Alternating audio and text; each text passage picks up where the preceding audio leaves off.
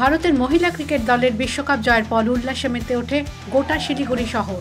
Venous মোড়ে band party ও আতশবাজির মাধ্যমে উদযাপন চলে গভীর রাত পর্যন্ত।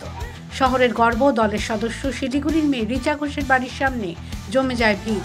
পাড়া প্রতিবেশী থেকে শুরু করে স্থানীয় মানুষ সবাই রিচার সাফল্যে উচ্ছ্বাসে মেতে ওঠেন।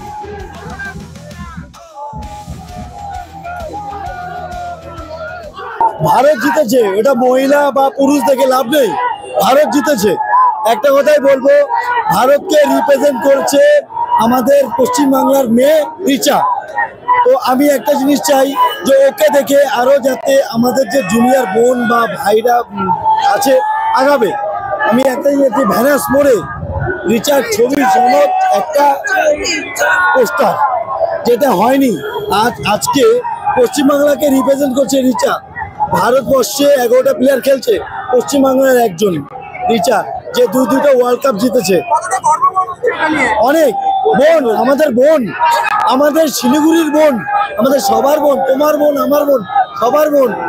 আমরা পশ্চিমবঙ্গ, আমরা শিলিগুড়ির মানুষ হিসেবে গর্বিত।